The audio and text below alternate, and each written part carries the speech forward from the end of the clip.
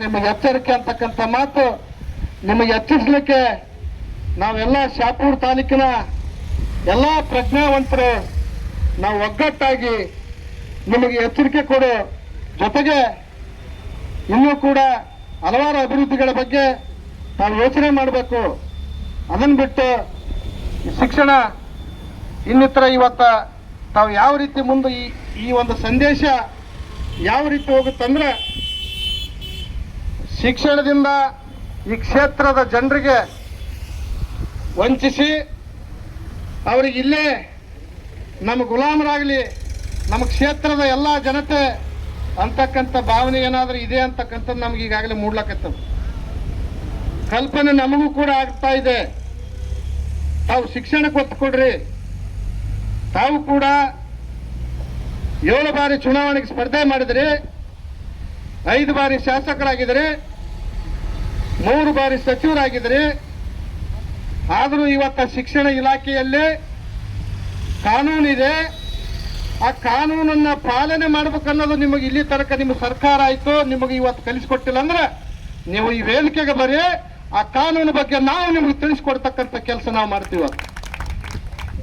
ಆ ಕಾನೂನು ಬಗ್ಗೆ ಅರಿವಿರಬೇಕು, ಕಾನೂನು ಬಗ್ಗೆ ಗೌರವ ಇರಬೇಕು, ವಿದ್ಯಾರ್ಥಿಗಳ ಬಗ್ಗೆ ಅರಿವಿರಬೇಕು, ಇವತ್ತು ಜನರ ಬಗ್ಗೆ ತಮಗೆ ಗೌರವ ಇರಬೇಕು. ಇಲ್ಲಿ ಯಾರು ಹೇಳೋರಿಲ್ಲ, ಇಲ್ಲಿ ನಾ ಮಾಡಿದ್ದೆ ಮಾರ್ಗ ಅಂತಕ್ಕಂಥ ತಾವೇನಾದ್ರೂ ತಿಳ್ಕೊಂಡಿದ್ರ ದಯವಿಟ್ಟು ಅದನ್ನ ನಾವೇನು ನಿಮಗೇನು ವಿರೋಧ ಮಾಡ್ತಕ್ಕಂಥರಲ್ಲ. ಇಲ್ಲಿ ತನಕ ನೀವು ಯಾವ ರೀತಿ ತಮ್ಮ ಅಧಿಕಾರದ ಅವಧಿಯಲ್ಲಿ ಏನೇನು ಕೆಲಸ ಅಭಿವೃದ್ಧಿಗಳು ಮಾಡಿದ್ರೆ ನಮಗೆಲ್ಲ ಗೊತ್ತು. ಸಬರೇಶ್ ರೋಗಿಸಿಂದ ನಿಮ್ಮ ಕಾರ್ಯಕರ್ತನ ಕಟ್ಟಡದಲ್ಲಿ ಇವತ್ತು ನಡೆಸ್ತಾ ಇದ್ರೆ 5-6 ವರ್ಷದಂತಂದ್ರೆ ಇದು ಎಲ್ಲರಿಗೂ ಕೂಡ ಗೊತ್ತಿರ್ತಕ್ಕಂಥ ವಿಚಾರ. ನಾವು ಕೂಡ ಇವತ್ತು APMCಗೆ ಒತ್ತಾಯಿಸಿದ್ವಿ. ಯಾಕಂದ್ರೆ ಬೇಡ ಹೆಚ್ಚಿಗೆ ಮಾತಾಡೋದು, ಹಲವಾರು ಉದಾಹರಣೆಗಳದಾವು, ಎಲ್ಲ ಜನರಿಗೆ ಗೊತ್ತದ.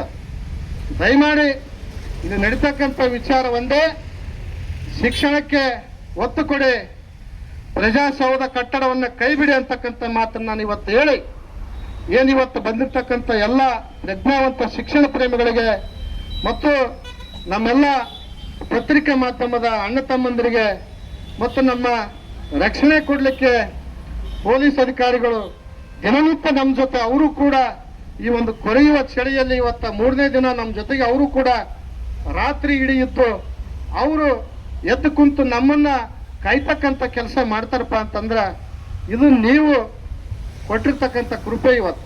ಯಾಕಂದ್ರೆ ಇವತ್ತು ಪೊಲೀಸರಿಗೆ ಒಂದೇ ಅಲ್ಲ, ಆ ತಹಶೀಲ್ದಾರ್ ಹೇಳ್ತಾರ ಆ ಒಂದು ಶಿಕ್ಷಣ ಕ್ಷೇತ್ರದ ಜಾಗದಲ್ಲಿ ಪ್ರಜಾಸೌಧ ಕಟ್ಟಿದ್ರೆ ಏನು ತೊಂದರೆ ಇಲ್ಲ, ಇವ್ರೇನೋ ಸುಮ್ಮನೆ ಸಾಲ ಹಾಕೊಂಡು ಓಡಾಡ್ತಾರ ಅಂತಕ್ಕಂಥ ಮಾತನ್ನ ಹೇಳಿದ್ರು ತಹಶೀಲ್ದಾರ್ ಅವರೇ.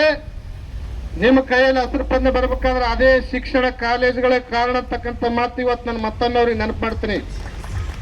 ಯಾಕಂದ್ರೆ ನಿಮ್ಮ ಕೈಯಲ್ಲಿ ಇವತ್ತು ಪೆನ್ ಬರಬೇಕಾದ್ರೆ ನೇರವಾಗಿ ನೀನು KS ಆಗಿ ತಹಶೀಲ್ದಾರ್ ಆಗಿಲ್ಲ.